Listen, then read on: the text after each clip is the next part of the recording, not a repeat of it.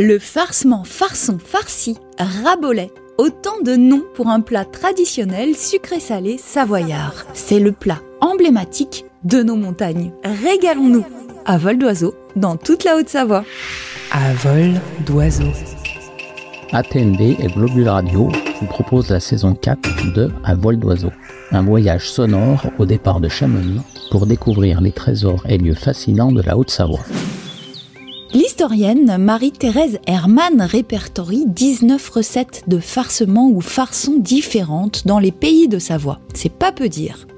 Il y a autant de variantes de ce plat sucré-salé que de vallées, villages, cuisiniers, cuisinières. Il y a pourtant une base commune à toutes les recettes de farcement. Quelle que soit la recette, les caractéristiques de ce plat sont d'utiliser la pomme de terre. C'est l'ingrédient principal remplaçant le chou rave utilisé auparavant depuis l'introduction de ce tubercule facile à cultiver dans les vallées alpines. La pomme de terre, d'ailleurs, connaissez-vous son histoire assez extraordinaire ? La Solanum tuberosum, plus connue sous le nom de pomme de terre ou patate. Eh oh, patate toi-même ! Le mot patate ou patata en espagnol a d'abord été attribué à la patate douce, confondue avec la pomme de terre dans les premiers temps. Patate est un mot composé de papa, nom de la pomme de terre en langue quechua, et de batata, qui signifiait la patate douce en langue taïno. Ce mot apparaît pour la première fois en français en 1529 dans un récit sur le grand voyage de Magellan. Cette pomme de terre, donc, est originaire d'Amérique du Sud. Les premières traces de ce légume à tubercule souterrain datent de 12 000 avant notre ère. Elles ont été retrouvées sur le site de Monteverde au Chili. Cette zone est sûrement le berceau des pommes de terre sauvages. Pour sa domestication, il faut attendre 2000 avant Jésus-Christ environ, sur l'altiplano de la Cordillère des Andes au Pérou et en Bolivie.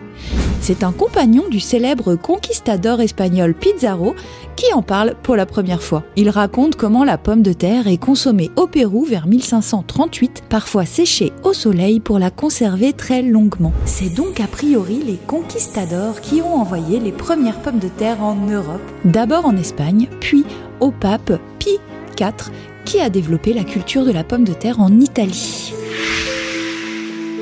Au même siècle, vers 1580, une pomme de terre à peau brun-jaune, plus proche de celle que l'on a dans nos assiettes aujourd'hui, arrive en Angleterre via la Virginie par les premiers colons. Elle provient probablement du Mexique et s'est propagée en Amérique du Nord, puis en Virginie, avant d'être envoyée en Angleterre, en Irlande et enfin en Europe. Quel voyage! Nos si chères patates, celles que l'on aime aujourd'hui déguster en fritant, gratin, à l'eau ou en farcement, sont donc un croisement entre la pomme de terre de Virginie et celle du Pérou.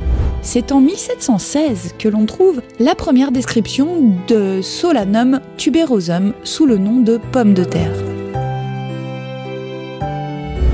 Olivier de Serres, père de l'agronomie française, soutenu par le bon roi Henri IV, est le premier à faire la promotion de la culture de la pomme de terre en 1600 dans son théâtre d'agriculture et ménage des champs. Mais à l'époque, la pomme de terre a très mauvaise réputation. On ne la cultive que dans certaines régions pauvres, comme la Lorraine. On l'accuse d'être insipide, de ne pas pouvoir être panifiée, transformée en pain, et même de propager de graves maladies. C'est Antoine Augustin Parmentier qui a réussi à populariser la culture de la pomme de terre dans tous les potagers de France. Mais comment ? Eh bien, c'est la nécessité qui l'a popularisée. En 1757, il observe que les soldats prussiens affamés se nourrissent efficacement de pommes de terre.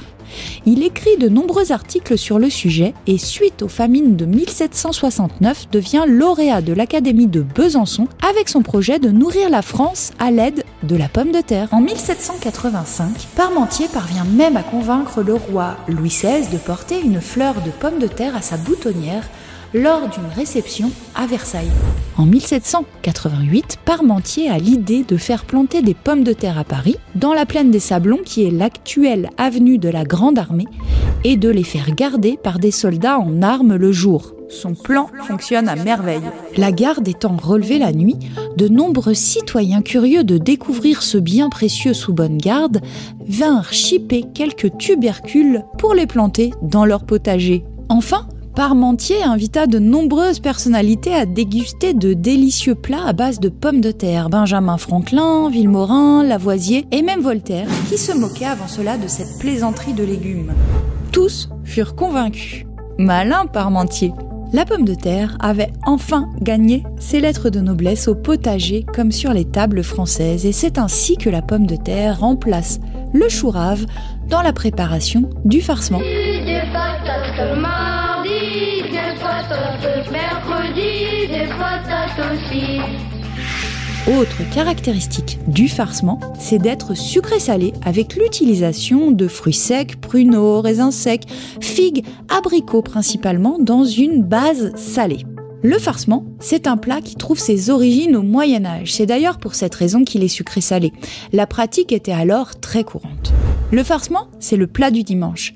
Sa cuisson très longue, 5 heures au bain-marie, permettait de se rendre à l'église, parfois éloigné de l'habitation, et d'en revenir. On y mettait aussi tous les restes de la semaine, pour ce qui est des variantes. Dans la haute vallée de l'Arve et dans le Val d'Arly, on utilise les pommes de terre crues râpées et on les mélange à de la farine, des œufs et des fruits, secs ou non.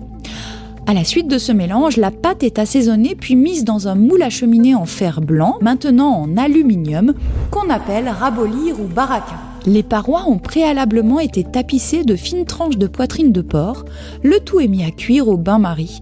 La durée de cuisson varie de 2h30 à 5h. Le farcement du Faucigny au Savoyard, sauf Vallée de l'Arve et des Aravis, côté Haute-Savoie, donc à Manigot, au Grand Bornand ou à Samoin, on commence par faire cuire les pommes de terre en robe des champs, avec lesquelles on réalise une purée avec de l'eau ou du lait selon les endroits. À Samoin, c'est même de la crème fraîche qu'on utilise. On rajoute ensuite à cette préparation des fruits secs. On met ensuite à cuire le tout dans un faitout ou une coquelle durant plusieurs heures. Oh, pauvre Tapi, tu vas porter aujourd'hui les kilos de farcement que je me suis ingurgité pour préparer cet épisode. Mais c'est un épisode qui m'a donné la patate, pas toi? Et si vous n'avez pas de tapis volant, prenez la 40 et découvrez à peu près partout une des recettes de farcement. À vol d'oiseau.